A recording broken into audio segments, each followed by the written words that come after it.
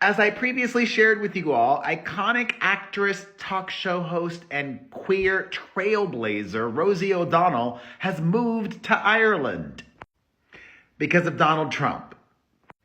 And Donald Trump has done quite the number on Rosie's brain.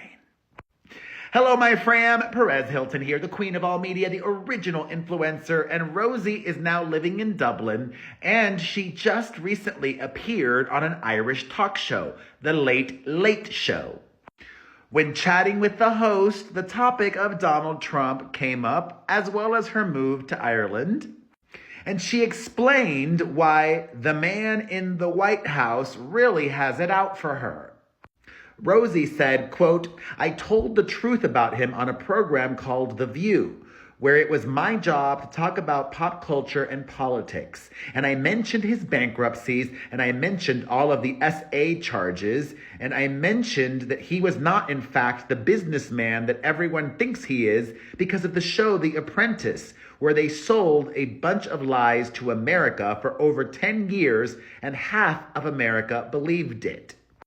And so he was very angry, to say the least. And he hasn't let it go. And he sort of uses me as a punchline whenever he feels the need." And that's very true. The Prime Minister of Ireland recently was in the White House, and Donald Trump told him, "Why in the world would you let Rosie O'Donnell move to Ireland? I think she's going to lower your happiness levels." Rosie said that that was a very, very surreal moment and that she apologized to the Prime Minister, Michael Martin. Is it Michael or is it Mikhail? Oh God, it has an accent on the A. Mikhail Martin. M-I-C-H-E, accent on the A-L. Rosie explains, "I felt very troubled that they put him in that position and didn't treat him with the respect that a leader of that kind deserves when he's visiting the White House." She says that she sent the Prime Minister an email to his email, somehow she got it, and got a note back that they had received it and thanked her. "But I just wanted him to know the history and what happened and why Trump seems to be out to get me in ways that are startling to most." And how do I say this delicately? It seems like Rosie might have Trump derangement syndrome. You can't now turn into the person that so many previously accused those on the right of being. An election denier. That's what Rosie is.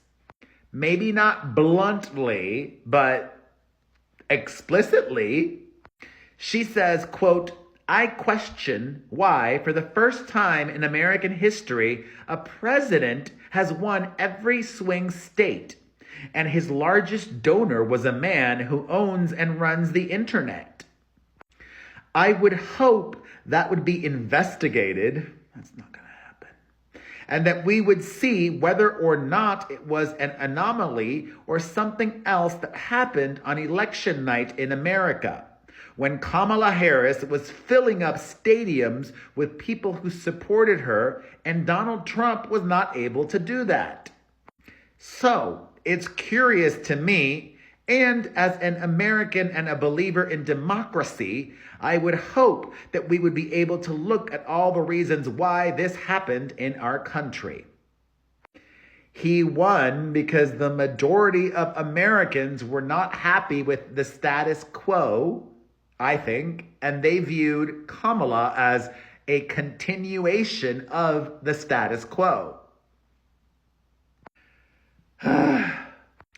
Though she stayed in the U.S. during his first time in office, Rosie now says that she's mostly concerned about the power the president was given by the Supreme Court ahead of Trump's second term, and that she just wanted to protect her autistic child. Quote, "He disabled the Department of Education, and I have a child who has autism. and that child will be denied services. And many, many autistic children, because the funding for these programs for special needs children comes from the federal government as well as the states. And it's going to be disastrous for children on the spectrum. And that was terrifying. But the biggest reason that it was different than the first time he was in office is because of the Supreme Court giving him ultimate power, the powers of a king or monarch. And that's not what the United States is all about. And it's a terrifying prospect. And in fact, what has happened since he's taken office has been terrifying. I think for the world and definitely for the United States of America. And I fully agree with her on that. In fact, today I saw footage of Elon Musk in Wisconsin. Yes, he was in Wisconsin, and he was bemoaning that there were judges who were blocking some of Donald Trump's executive orders. He was unhappy with the way the judicial system works in the United States. Thank God the president doesn't have total authority. Presidents don't govern by executive order.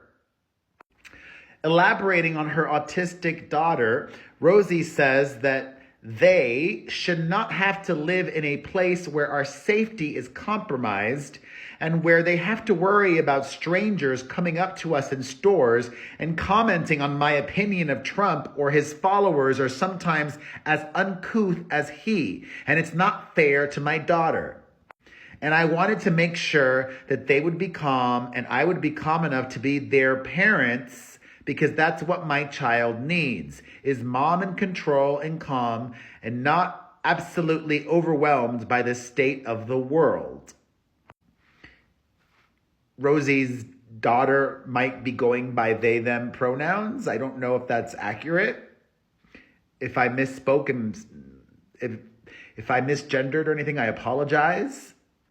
No, a little bit further along in the interview, she refers to her daughter as she, saying, she did tell me at dinner about 2 weeks ago, Mommy, I like it here better.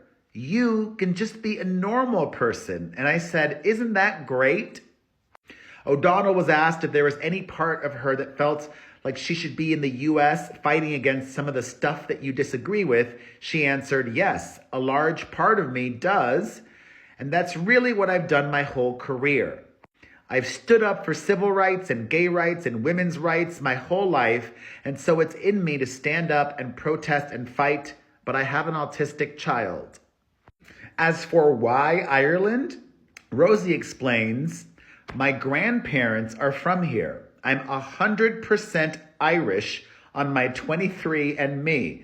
So there was no option. It's not like people say, why didn't you go to Italy or France? I'm like, because I'm Irish. So I went to Ireland, and I have to tell you that it's really felt like home since I've been here. Aww. Rosie reveals that she has some cousins still in Ireland that live in Belfast that have been a great help to her since she moved to Ireland. As for when she would possibly return to the United States, O'Donnell said that she'd like to stay until my daughter is out of high school, and she'll be entering secondary school in August. So that's at least 4 years.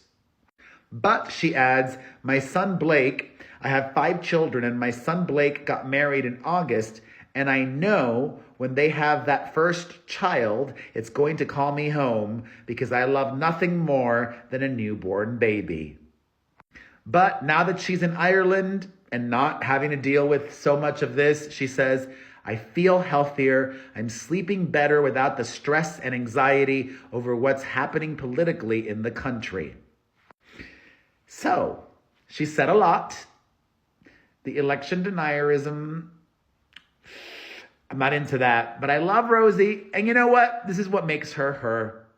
Even if some of the things she says are wackadoodle, she's not afraid to speak her mind, and I respect that. What do you think of the things she said? Let's discuss it all in the comment section.